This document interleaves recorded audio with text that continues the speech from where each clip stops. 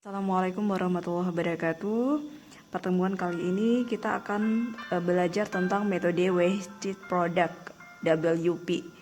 Ini adalah metode kedua yang kita pelajari setelah metode pertama, yaitu SAW ya, Simple Additive Weighting. Secara konsep hampir sama karena mereka sama-sama multi criterion decision making, banyak kriteria di situ. Nah, tahapan-tahapannya juga hampir sama, jadi jangan khawatir. Metode ini juga sering banyak dipakai ya. Nah, secara konsep ada dua yang bisa kita lihat di sini, bahwa metode Weighted Product ini atau WP ini mengevaluasi beberapa alternatif terhadap sekumpulan atribut atau kriteria. Kemudian perlu kita perhatikan bahwa atribut itu tidak saling bergantung satu sama lain. Jadi yang pertama ini ya. Jadi kita lihat di sini bahwa clue yang pertama dia adalah alternatif, jadi dia mengevaluasi di setiap alternatif dari beberapa atribut. Kemudian clue yang kedua bahwa atribut itu tidak saling bergantung dengan yang lain gitu. Oke, kemudian kita lanjut lagi di sini. Kita bisa lihat bahwa ada beberapa tahapan-tahapan WP ini, Weighted Product ini. Yang pertama adalah menentukan kriteria-kriteria. Kemudian yang kedua menentukan rating kecocokan. Kemudian melakukan normalisasi bobot. Jadi hampir sama ya dengan algoritma SAW gitu. Kemudian baru kita tentukan nilai vektor S, nilai vektor. Oke. Nah, rumusnya akan berbeda di sini. Di sini juga dikenal kriteria benefit dan kriteria cost. Ingat, jika dia kriteria benefit, maka sebuah alternatif itu nanti menggunakan pangkat positif. Tapi ketika dia menggunakan kriteria cost, maka pangkatnya negatif. Ingat ya, clue-nya ada dua di sini. Jika dia kriterianya positif, kriterianya benefit, maka pangkatnya positif. Jika kriterianya cost, maka pangkatnya negatif. Itu untuk menentukan nilai vektor S. Paham ya? Jadi ada 4 tahapan WP, Weighted Product. Yang pertama adalah menentukan kriteria, kemudian menentukan rating kecocokan. Nah, nanti kita buat materi keputusan juga di sini. Kemudian yang ketiga kita lakukan normalisasi bobot ya. Kemudian yang keempat kita tentukan nilai vektor. Nah, di nilai vektor ini nanti tergantung pada tipe-tipe kriteria yang digunakan. Kemarin kita sudah bahas bahwa ada 2 jenis kriteria. Yang pertama adalah benefit dan cost. Jika kriterianya benefit, maka nanti menggunakan pangkat positif gitu ya. Tapi kalau misalnya kriterianya negatif, maka kita menggunakan pangkat negatif. Kalau kriterianya cost, maka menggunakan pangkat negatif. Nah, selanjutnya kita perhatikan di sini bahwa yang kelima, tahapan yang kelima adalah menentukan nilai vektor atau V. Ya, menentukan nilai vektor atau V. Nah, nilai vektor atau V itu adalah nilai yang akan digunakan untuk proses perangkingan. Paham ya? Di sini kita perhatikan bahwa rumusnya adalah, jadi nilai vektor itu disimbolkan dengan huruf V, VI. VI berarti X dikali bobot ya, per X IJ pangkat W, kemudian XJ pangkat W gitu ya. Nah, di sini kita perhatikan bahwa V itu adalah menyatakan preferensi, X itu menyatakan nilai kriteria, kemudian W itu bobot kriteria. Jadi yang dipangkatkan itu adalah bobotnya. Kemudian nanti I itu adalah alternatif, J itu adalah kriteria. Jadi alternatif dikali kriteria. Ya, baris keberapa? X, I, J baris keberapa pangkat. Nah, ini nanti tergantung positif dan negatifnya. Tergantung jenis kriterianya itu apakah dia benefit atau cost gitu. Paham ya? Nanti coba kita ulangi lagi. Ada 5 tahapan dari WP ini, WP ini. Yang pertama adalah kita tentukan kriteria, kemudian kita tentukan rating kecocokan, kemudian kita lakukan normalisasi bobot, kita tentukan nilai vektor S, kemudian kita tentukan nilai vektor V. Nah, nilai vektor V ini adalah untuk perangkingan. Paham ya? Ini rumusnya. Jadi untuk perangkingan simbolnya adalah VI. Oke. Perhatikan di sini VI itu adalah preferensi alternatif untuk perangkingan. X itu adalah nilai kriteria, ini posisinya. Pangkat ya, pangkat. Jadi pangkat bobot ya, bobot. Nah, bobot itu juga tergantung pada jenis kriteria yang digunakan. Jika dia positif, jika dia benefit, maka nanti ini pangkat positif, tapi jika dia cost, maka dia nanti pangkat negatif gitu. Oke. Baru algoritma yang keenam adalah kita ranking nilai vektor V itu. Sekaligus kita buat kesimpulan sebagai tahap akhir. Jadi ada 6 algoritma atau tahapan dari weighted product gitu. Oke. Nah, coba kita lihat studi kasusnya. Sebuah perusahaan di Jogja ingin membangun sebuah gudang yang akan digunakan sebagai tempat untuk menyimpan sementara hasil produksinya. Jadi ada 3 lokasi yang akan menjadi alternatif untuk gudang itu. Berarti ada A3. Ingat, alternatif itu disimbolkan dengan huruf A, ya, huruf A di sini. Berarti karena kita punya 3 alternatif, maka ada A1, A2, dan A3. Artinya kota A, kota B, kota C akan dijadikan sebagai alternatif 3 lokasi untuk membuat posisi untuk membangun sebuah gudang baru di situ. Oke. Kemudian ada 5 kriteria yang akan dijadikan acuan. Ada C1, C2, C3, C4, C5. Perhatikan di situ, ini adalah cost, ya. Kemudian C2 juga cost, jenisnya cost. C3 jenis kriterianya juga cost. C4 kriterianya adalah benefit, ini adalah cost. Berarti kita punya 4 kriteria cost, kemudian 1 kriteria benefit gitu. Kemudian selanjutnya pengambil keputusan atau decision maker memberikan bobot untuk tiap kriteria. Jadi bobot itu disimbolkan dengan huruf W. Bobotnya adalah 5 untuk kriteria 1, kemudian 3 untuk kriteria 2, kemudian 4 untuk kriteria 4, kemudian 3 ya. Ini 4 untuk kriteria 4, kemudian nilai 2 untuk kriteria 2. Nah, siapa yang menentukan bobot ini? Si decision maker. Ya, bagaimana cara menentukannya? Ya tergantung pada saat ya sama seperti di SAW kemarin. Ibu mau menentukan nilai UTS. Bobot UTS berapa? Bobot UAS berapa? Bobot total nilai harian berapa? Tapi mengacu kepada standar yang ada di PCR, standar akademik yang ada di PCR. Paham ya? Bobot total nilai harian nanti Ibu bisa ambil 30%, UTS 40%, kemudian total UAS 30% misalnya. Nah, ini juga seperti itu. Bobot prevensi ini juga bisa kita buat menggunakan skala. Ini skala 5 berarti. Artinya C1 dihargai dengan bobot 5, kemudian C2 dikasih bobot 3. Ini nanti 4, kemudian ada 4, kemudian ada bobot 2 gitu. Paham ya? Nah, ini bobot ini ditentukan oleh decision maker.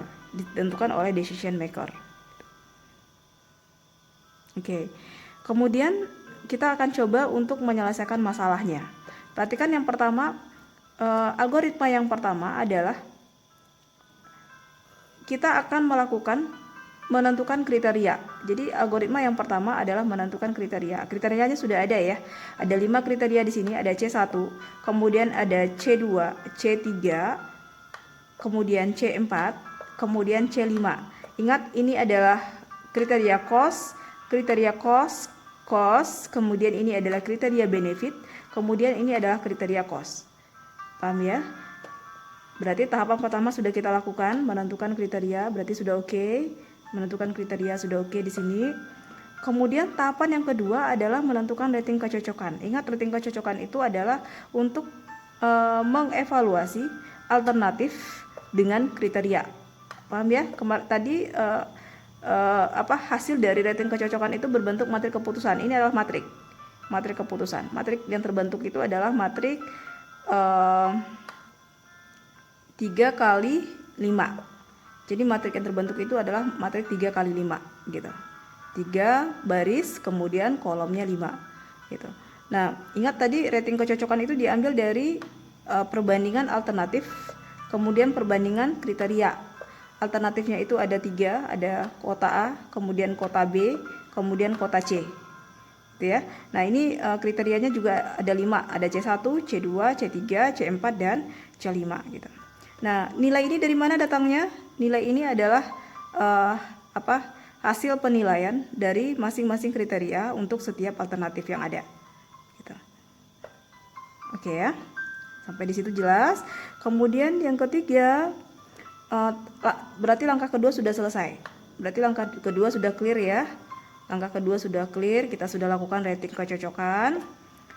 Langkah yang ketiga adalah melakukan normalisasi bobot. Ingat tadi di soal sudah kita tentukan. Bobot disimbolkan dengan huruf W. Oke ya. Tadi sudah dijelaskan bahwa ini untuk C1, ini untuk C2 bobotnya, C3, ini untuk C4, ini untuk C5. Siapa yang memberikan bobot? Yang memberikan bobot itu adalah decision maker. Bagaimana cara dia menentukan bobot? Tergantung pada situasi atau kondisi atau prosedur atau aturan atau standar yang berlaku di di lembaga, institusi atau tempat si decision maker tadi gitu. Paham ya? Oke. Nah, selanjutnya di bagian normalisasi bobot kita akan melakukan perbaikan bobot. Jadi karena dia ada 5 bobot untuk setiap C, maka W-nya juga 5, bobotnya juga 5. Karena kriterianya ada 5, pasti bobotnya juga 5 gitu. Berarti ini adalah W1, ini adalah W2, W3, W4, W5. Paham ya? Nah, kita lihat dulu W1. W1 berarti 5 ini ya. Ini 5. Berarti kita jumlahkan semua ini. Total semua ini. Oke. Berarti 5 ditambah 3, 4 tambah 4 tambah 2. Berarti 5/18. Jadi W1-nya itu nilainya adalah 0,28. Kemudian untuk W2 juga seperti itu. Ini berarti. Ini ya. Kemudian kita letak di sini 3, kemudian penjumlahan keseluruhan dari W1 sampai W5, kemudian kita bagi, dapatnya ini. Nah, lakukan untuk W3, kemudian W4 sampai ke W5. Jadi kita sudah dapat perbaikan bobot ya dari hasil normalisasi bobot yang sudah dilakukan tadi. Gitu. Artinya kita sudah dapat perbaikan bobot di situ. Nah, tahapan keempat adalah menentukan nilai vektor S. Ya, menentukan nilai vektor S. Nilai vektor S itu adalah mengalihkan seluruh kriteria bagi sebuah alternatif dengan pangkat positif. Kapan dia pangkat positif? Kapan dia pangkat positif? Jika kriterianya adalah kriteria benefit. Paham ya? Kapan dia pangkat negatif? Jika kriterianya itu adalah kriteria biaya. Nah, ini clue-nya ada di sini. Ingat di sini perhatikan untuk menentukan, jadi tahapan keempat itu kita akan menentukan nilai vektor S. Nilai vektor S itu adalah mengalihkan seluruh kriteria pada alternatif dengan bobot. Jadi alternatif dikali dengan bobot, X dikali W, X dikali pangkat W ya. Artinya kalau dia pangkat positif pasti dia untuk kriteria benefit. Tapi kalau dia pangkat negatif pasti dia untuk kriteria biaya. Oke, jadi nilai vektor S itu kita simbolkan dengan S karena kita punya 3 alternatif, maka S-nya juga 3. Berarti S1, S2 ya. Kemudian S3. Kenapa 3S? Kenapa 3S? Karena alternatif kita juga 3. Berarti S ini sebanyak alternatif. Kalau alternatif kita 3, maka S-nya juga 3 gitu. Nah, kita coba dulu alternatif pertama. Berarti ini S pertama ya, S1 ya. Ini S1. Berarti 0,75 ini ya, ini kriteria dikali ya, dipangkatkan dengan bobot. Ingat tadi dipangkatkan dengan bobot. Berarti ini nilai kriteria ini kemudian dipangkatkan dengan bobot ini. Gitu. Nilai kriteria dipangkatkan dengan bobot. Berarti di sini ini ya. Kemudian kita ini. Oke, berarti 0,75 dipangkatkan dengan, ingat tadi karena dia cos, ini cos, tipe datanya tadi cos, ini cos ya. Ini cos, maka pangkatnya adalah negatif. Ingat, pangkatnya adalah negatif di situ. Pangkatnya negatif. Berarti 0,75 pangkat minus 0,28 dikali yang kedua 2000 dikali yang kedua lagi, ini berarti berapa? Karena dia masih cos maka minus 0,17. 2000 pangkat minus 0,17. C3 dikali berapa ini? 0,22. Karena dia minus masih cos juga, maka pangkat minus 0,22 gitu. Paham ya ini ya? Nah, yang keempat seperti itu juga. Ini karena dia benefit, maka dia positif, pangkatnya positif. Coba kita lihat, berarti 50 pangkat. Nah, ini ya, 50 pangkat positif 0,22 positif di situ. Oke. Kemudian C5 karena dia negatif lagi, cos ya. Cos, maka dia kembali seperti ini. Berarti minus 500 dikali 500 pangkat minus 0,11. 500 dipangkat minus 0,11 ini dia. Nah, ini hasilnya. Oke. Berarti lakukan untuk A2 juga ya, atau S2 nanti. Lakukan untuk A3, untuk S3. Oke ya. Berarti S2, S3 kita sudah dapatkan hasilnya masing-masing. Ini sudah kita dapatkan hasilnya. Sudah didapatkan masing-masing hasilnya. Oke, kita sudah dapatkan vektor S ya. Maka selanjutnya kita akan melakukan nilai vektor V. Oke, kita akan melakukan nilai vektor V di situ. Nah, untuk nilai vektor V, simbolnya adalah V. V ya. Ini rumus lengkapnya. Jadi V itu karena V itu juga sebanyak alternatif. Jika V-nya alternatifnya ada 3, maka V-nya juga harus 3 gitu. Paham ya? Nah, ini Coba kita lihat di sini X, posisi kriteria dikali bobot. Paham ya? Dikali bobot. Nah, ini bisa disederhanakan dengan rumus seperti ini. V1 sama dengan S1 ditambah S2 ditambah S3. Paham ya? Sekarang kita ke posisi F1 dulu. V1 dulu. V1. Berarti kita lihat rumusnya di sini apa? S1 per S1 ditambah S2 ditambah S3.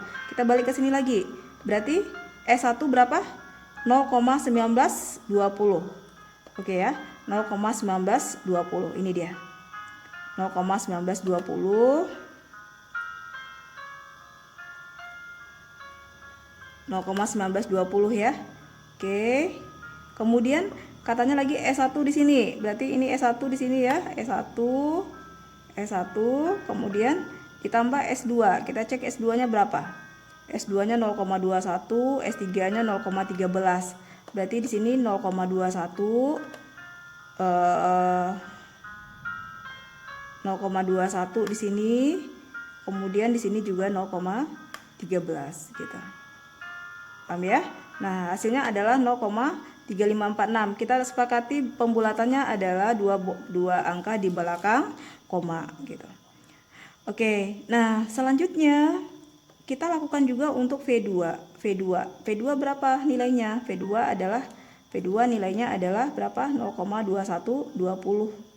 Berarti kita buat juga di sini. Berarti di sini V2 ya.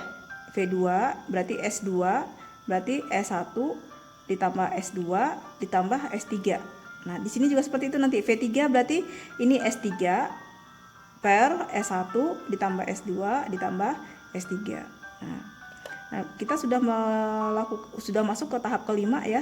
Ini sudah hampir selesai. Kita akan masuk ke tahap ke-6 ya, untuk menentukan perangkingan. Nah, ini kita sudah lihat, ini kita tinggal mengurutkan saja mana yang paling besar dari angka-angka ini. Nah, yang paling besar ternyata adalah V2. Oke, kemudian diikuti oleh V1. Jadi ini yang pertama, kemudian diikuti yang kedua di sini, ini diikuti yang ketiga untuk V3. Jadi perangkingan yang didapat itu seperti ini. Hasil perangkingan yang diperoleh gitu. Nah, paham ya? V2, V1, V3. Jadi kita lakukan perangkingan terhadap nilai vektor V. Nah, berarti selesai. Ya, selesai. Berarti kota B lah yang mendapat nilai rekomendasi pembukaan cabang atau gudang baru untuk perusahaan tersebut gitu. Jadi si tugas kita hanya menampilkan nilai ini saja ya. Ranking 1, 2, 3 nanti tergantung pada decision maker. Apakah mengambil nilai yang teratas ya? Biasanya kan mengambil nilai yang tertinggi ya, karena itu yang paling direkomendasikan gitu. Paham ya? Jadi tugas dari SPK hanya menampilkan kota mana yang paling tinggi nilai rekomendasinya. Ternyata hasilnya adalah kota yang paling tinggi rekomendasinya adalah kota kota B atau V2 dengan nilai 0,39, kemudian disusul dengan kota A dengan nilai 0,35, kemudian disusul oleh kota C dengan nilai 0,25 gitu. Oke, Ibu harap adik-adik paham. Jika ada pertanyaan silakan ditanyakan.